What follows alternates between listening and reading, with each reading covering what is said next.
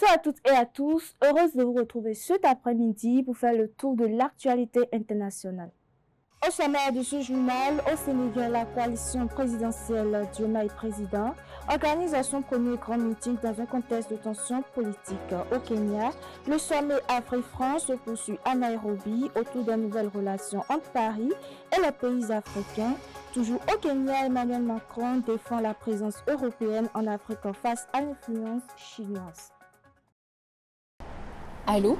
Ah, je viens juste de sortir du resto. Non mais, c'était incroyable. Le décor, les lumières, le dessert. Attends, j'ai fait de superbes photos. Faut que je te les envoie. Raccroche pas. Oui, je t'envoie les photos.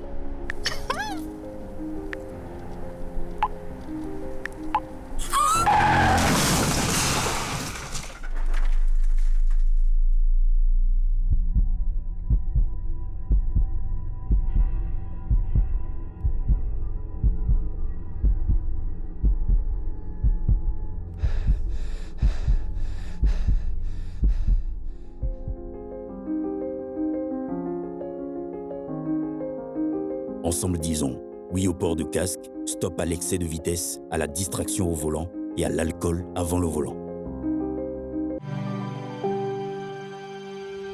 Tu viens d'avoir le bac ou tu veux te reconvertir dans un domaine d'avenir, faire le choix du numérique et rejoindre l'école supérieure d'administration, d'économie, de journalisme et des métiers de l'audiovisuel ESAE. De nouvelles filières sont disponibles dès cette rentrée: informatique et multimédia, informatique industrielle et maintenance, réseau informatique et télécommunications, système informatique et logiciel, sans oublier les filières initiales: administration générale, administration des finances, administration des affaires, sciences juridiques, sciences économiques, sciences de gestion, journalisme et métiers de l'audiovisuel. ESAE est disponible sur 4 sites: Cotonou-Badjoumendé, Cotonou-Akpakpa, Abomey-Calavi et Parakou. Pourquoi choisir l'ESAE? Des formations conçues pour le marché de l'emploi, des enseignants expérimentés et passionnés, des infrastructures modernes avec équipement de pointe, des opportunités de stage et d'emploi garanties. Les inscriptions sont en cours et les places sont limitées. Ne rate pas ta chance,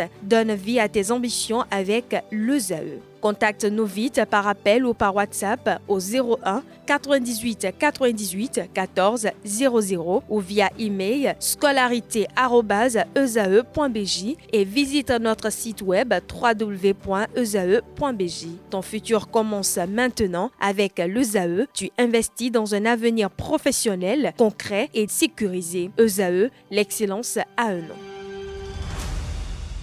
Mesdames et messieurs, bonsoir. Comme je l'annonçais en titre, au Sénégal, la coalition présidentielle Diomaye Président a organisé son premier grand meeting à Mbou. Cette rencontre politique a permis au camp du président Bassirou Diomaye Faye de présenter le bilan de ces 2 années au pouvoir. Le rassemblement intervient dans un contexte de tension croissante entre le Premier ministre Ousmane Sonko. Plus de détails dans cet élément. C'est à travers une vidéo projetée sur écran géant que le président sénégalais Bassirou Diomaye Faye s'est adressé à ses partisans ce samedi au cours de ce meeting. Il leur a adressé ses remerciements de s'être mobilisés au stade Caroline Faye de Mbour, non loin de son fief de Ndiaganiao. Le meeting avait pour objectif de dresser le bilan des 2 ans au pouvoir du président sénégalais, mais aussi de réaffirmer l'ancrage politique de la coalition présidentielle, la coalition Diomaye Président.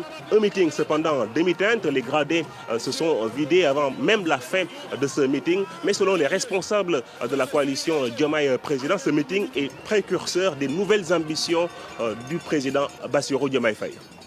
Aucun président dans l'histoire du Sénégal n'a fait un seul mandat.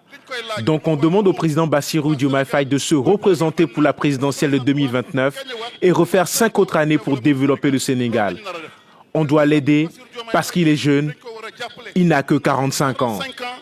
La coalition Diomaye Président a, au cours de ce meeting, ouvertement défié le PASTEF, le parti dirigé par le Premier ministre Ousmane Sonko. La preuve qu'au plan politique, Sonko et Diomaye semblent chacun prendre sa voie, mais au plan institutionnel, les 2 hommes continuent de travailler ensemble. Le Premier ministre Ousmane Sonko a d'ailleurs accompagné ce dimanche matin le président Bassirou Diomaye Faye à l'aéroport de Dakar. Le président sénégalais en partance pour Nairobi pour participer au forum Africa Forward. Le sommet Afrique-France se poursuit à Nairobi, au Kenya, jusqu'au 12 mai 2026. Environ 30 chefs d'État et de gouvernement ainsi que plusieurs chefs d'entreprise prennent part à cette rencontre consacrée à la coopération entre l'Afrique et la France. Depuis Dakar, l'ancienne ministre sénégalaise des Affaires étrangères, Assiata Tall Sall, a évoqué les nouveaux enjeux des relations entre Paris et les pays africains. Bonjour. Pour la première fois dans l'histoire des sommets Afrique-France, celui-ci se passe en terre anglophone. Qu'en pensez-vous ? Mais je pense que c'est inédit et nous devons lire cela sous le prisme d'une géopolitique africaine. La France, on doit le dire, elle n'est plus ce qu'elle était il y a quelques années en Afrique, pour ce qui est de ses relations en tout cas avec ses anciennes colonies. Les pays de l'AES sont là, les souverainistes sont là avec le nouveau pouvoir. Notre société civile, notre opinion très très dure, exigeante vis-à-vis de la France. Les bases militaires qui étaient là, je sais que celles du Sénégal sont déjà parties. Et je pense que la France elle-même est en train de revoir sa relation avec l'Afrique. Et tout cela dans ce que les Africains, eux, appellent ni exclusivité, ni exclusion. C'est-à-dire dans une relation multilatérale libre avec tous les États. Donc, le centre du monde, il n'est nulle part. Il est seulement là où vont les intérêts des pays africains. Alors, le mot d'ordre de ce sommet de Nairobi, c'est l'économie. Est-ce que la France a encore un rôle à jouer dans le développement économique du continent ? Je pense que oui, c'est un rôle de lead, de conducteur ou alors d'éveilleur de ce partenariat sur des questions telles que la sécurité, telles que le climat, les questions de santé, on sort de pandémie de Covid, les questions financières. Est-ce que la France peut être ce grand messager qui pourra influer sur ses partenaires dans l'OCDE, dans le G7, pour que toutes ces règles-là puissent être allégées à la lumière des difficultés et surtout des besoins de financement des économies africaines. L'autre mot d'ordre de ce sommet de Nairobi, c'est la paix et la sécurité en Afrique. Mais les militaires français ont été chassés des 3 États de l'AES et de votre propre pays, le Sénégal. Est-ce que le rôle stratégique de la France en Afrique de l'Ouest s'est terminé ? Bon, chasser, pour ce qui est du Sénégal, c'est peut-être trop forcé sur la caricature ou le portrait. Maintenant, les problèmes de sécurité sont des problèmes prégnants, particulièrement en Afrique de l'Ouest, particulièrement pour moi la sénégalaise qui est frontalière au Mali. Donc aujourd'hui, je pense que nous devons appréhender ces questions de sécurité sous un autre prisme. C'est-à-dire pas celui de la présence de bases militaires qui vont garantir, et d'ailleurs la plupart du temps, si on se dit la vérité, la sécurité des régimes en place. Nous voulons la prévention. Et la prévention, c'est par le renseignement, c'est par vraiment un échange discret mais très fort dans le Sahel, que la France, que les autres partenaires puissent nous aider à cela pour que nous soyons au devant de la sécurité et pas attendre de subir pour appeler à une quelconque intervention. Il y a 2 ans, Bassirou Diomaye Faye a fait campagne pour l'émancipation du Sénégal par rapport à la France. Il y a 18 mois, il a annoncé la fermeture de la base militaire française de Dakar. Mais ce lundi, il est attendu au sommet Afrique-France de Nairobi. Est-ce que vous êtes surprise ? Je ne suis pas surprise. Et pour moi, ce n'est pas antinomique. Pour moi, le multilatéralisme est vraiment l'axe du partenariat et l'axe de la relation que nous devons avoir avec les États. Je vais vous raconter une anecdote. Il y a 2 ans, ou un peu plus, en tant que ministre des Affaires étrangères, j'avais accompagné le président Macky Sall au sommet Russie-Afrique. Et ce que j'y ai vu, il y avait bien sûr le président Poutine, mais il y avait le grand chef de l'église orthodoxe, Cyril. Le patriarche. Il était là, le patriarche, exactement, Cyril. Et il s'est adressé aux Africains pour leur dire, nous avons les mêmes valeurs. Et aujourd'hui, nous sommes en train d'implanter de petites églises orthodoxes un peu partout en Afrique. Et j'ai même vu des Africaines comme des nonnes habillées en orthodoxe. Et j'ai compris que l'influence que la Russie était en train d'exercer dans nos États était une influence multiforme. Pas seulement sur la sécurité, pas seulement sur l'économie, mais également sur le religieux. Et c'est à ça aujourd'hui que nous faisons face. Mais je pense que fondamentalement, la relation historique que nous avons avec la France et avec l'Occident, les valeurs de démocratie, de droits de l'homme que nous partageons avec la France et avec l'Occident, doit faire que nous puissions être à l'aise avec la France, avec les Occidentaux, bien avant qu'avec tous les autres. Et c'est peut-être la raison pour laquelle le président Bassirou Diomaye Faye pense que malgré tout ce qu'il a dit, malgré tout ce qu'il a fait, cette relation doit exister et qu'il doit se rendre là où elle doit s'exprimer, c'est-à-dire aujourd'hui à Nairobi. Les militaires russes dans les 3 États de l'AES, notamment au Mali, est-ce qu'à vos yeux c'est une présence bénéfique pour ces pays ou pas? Je ne peux pas répondre directement à cette question parce que seuls ces pays-là peuvent apprécier si la présence leur est bénéfique ou pas. En tout cas, ce que j'observe, c'est que malgré cela, les djihadistes sont encore toujours actifs et même très actifs. On a vu ce qui s'est passé seulement le 25 avril dernier. Je pense que le Mali a encore besoin de beaucoup de concours de tous les pays pour arrêter cette escalade qui ne cesse de monter. Donc, les Russes sont là-bas. C'est une appréciation souveraine des dirigeants du Mali, mais je pense que c'est encore loin d'être suffisant pour garantir la paix et la sécurité dont nous avons besoin dans cette sous-région. Aïssata Tall Sall, Madame la Ministre, je vous remercie.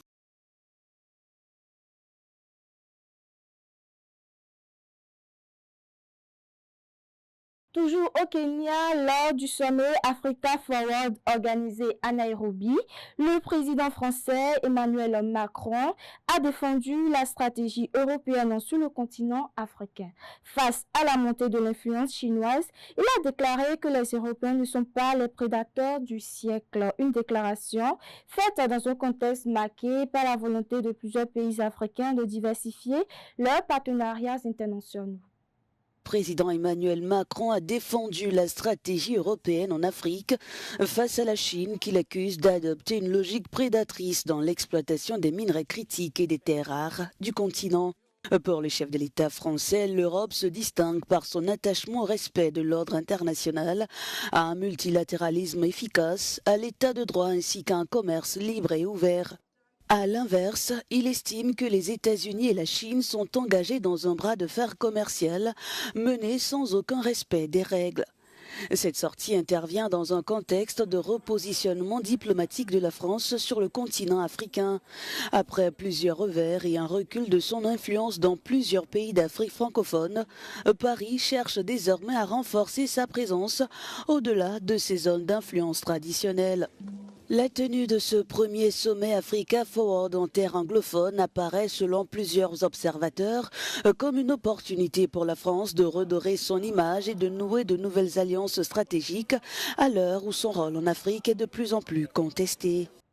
Au Maroc, à présent, l'armée a annoncé la découverte du corps de l'un des 2 soldats américains portés disparus lors d'un exercice militaire international dans le sud du pays. Les recherches se poursuivent pour retrouver le second militaire toujours introuvable. Les circonstances exactes de cette disparition n'ont pas encore été précisées. Plus de détails dans cet élément. Au Maroc, le corps de l'un des 2 soldats américains, porté disparu lors d'un exercice d'entraînement, a été retrouvé. Une vaste opération de recherche terrestre, aérienne et maritime a été lancée par l'armée américaine, les forces marocaines et les forces alliées dans la zone d'entraînement de Cap Draa, après la disparition des militaires samedi dernier. Les 2 soldats ont disparu près d'une falaise sur la côte atlantique alors qu'ils participaient aux exercices militaires internationaux African Lion 2026. Sous couvert d'anonymat, un responsable militaire américain a déclaré qu'ils avaient peut-être chuté dans la mer, évoquant la probabilité d'un accident et écartant la piste terroriste. Le corps du soldat américain a été transféré vers un hôpital militaire en attendant son rapatriement. Les opérations de recherche se poursuivent pour retrouver son collègue. Par ailleurs, les tensions restent vives entre les États-Unis et l'Iran. Le président américain Donald Trump a rejeté la contre-proposition formulée par Téhéran dans le cadre des discussions autour d'un plan de paix. Selon lui, les conditions proposées par l'Iran sont totalement inacceptables. Reportage à suivre. Le président américain Donald Trump a rejeté la réponse de l'Iran à sa dernière proposition visant à mettre fin à la guerre, la qualifiant de totalement inacceptable dans un message publié sur ses réseaux sociaux. « Nous ne courberons jamais la tête devant l'ennemi », avait commenté le président iranien Massoud Pezeshkian après avoir transmis dimanche sa réponse à la dernière proposition de Washington. Selon la télévision d'État, Téhéran insiste sur le paiement de réparations de guerre par les États-Unis, la pleine souveraineté iranienne sur le détroit d'Ormuz, la levée des sanctions et la restitution des avoirs iraniens saisis. En outre, une initiative conjointement lancée par le Royaume-Uni et la France, soutenue par une quarantaine d'États, se met en place pour sécuriser le détroit d'Ormuz, où le trafic est paralysé par l'impasse diplomatique. Les ministres de la Défense britanniques et français coprésideront mardi une réunion avec les pays prêts à s'engager dans cette mission. L'Iran a mis en garde contre l'entrée de navires de guerre dans le Dans le Golfe, plusieurs attaques de drones ont été signalées ces derniers jours. De son côté, l'Iran avertit qu'il répondra désormais aux actions hostiles américaines. Dans cette situation, continue d'inquiéter la communauté internationale en raison de risques d'escalade dans la région. Entre l'Iran et les États-Unis, la tension est loin d'être apaisée. Selon le président américain Donald Trump, les conditions proposées par l'Iran pour mettre fin à la guerre sont totalement inacceptables. Sur Truth Social, Trump a indiqué qu'il rejetterait la contre-proposition de Téhéran, bien qu'il n'ait pas donné de détails sur son contenu. Ce dimanche, l'Iran a répondu à la dernière proposition de paix de Washington et a averti qu'il n'hésiterait pas à riposter à toute nouvelle frappe américaine. Téhéran a publiquement maintenu une ligne de défiance pendant les efforts diplomatiques visant à ramener les parties belligérantes à la table des négociations. Tandis que l'Iran continue de bloquer les passages de navires commerciaux dans le détroit d'Ormuz, la marine américaine bloque également les ports iraniens, immobilisant ou détournant parfois les navires qui s'y rendent ou en partent. Cette impasse déstabilise les marchés mondiaux de l'énergie. Le prix de référence international du Brent a augmenté de 4,65% pour atteindre 99,95 $ le baril lors des échanges de lundi matin. Et puis une dernière actualité pour boucler ce journal. La France et les États-Unis ont chacun enregistré un cas positif de hantavirus chez les passagers évacués du navire de croisière MV Ondius. Les deux patients ont été transférés dans des structures médicales spécialisées après leur évacuation depuis les îles Canaries. Les autorités sanitaires poursuivent les contrôles afin d'éviter toute propagation du virus. Sous escorte policière. Ici, au Royaume-Uni, 20 passagers britanniques du MV Ondius sont évacués vers un hôpital près de Liverpool. Aux Pays-Bas, une quinzaine de passagers rapatriés à Eindhoven et Rotterdam. Un cas positif à l'hantavirus confirmé parmi les passagers américains, mais aussi parmi les passagers français rapatriés. Un patient a été testé positif à l'hantavirus et 22 personnes ont été identifiées comme étant des cas contacts. Cette personne était sur le bateau de croisière, elle est revenue hier, elle s'est dégradée dans la nuit et elle est positive à l'hantavirus. Donc il s'agit d'une patiente avec un hantavirus qui est dans un endroit, un hôpital spécialisé en maladies infectieuses avec toute une technique dans les chambres qui est très protectrice pour éviter évidemment que le virus se propage. D'autres rapatriements ont eu lieu vers l'Espagne, l'Allemagne, l'Afrique du Sud, l'Inde. À Tenerife, les évacuations doivent s'achever ce lundi. Un dernier vol de rapatriement devrait rejoindre l'Australie. Le MV Ondius, lui, reprendra sa route en début de soirée, selon les autorités espagnoles. Mesdames et messieurs, voilà qui me fait à cette édition. Merci de m'avoir suivi et à très bientôt.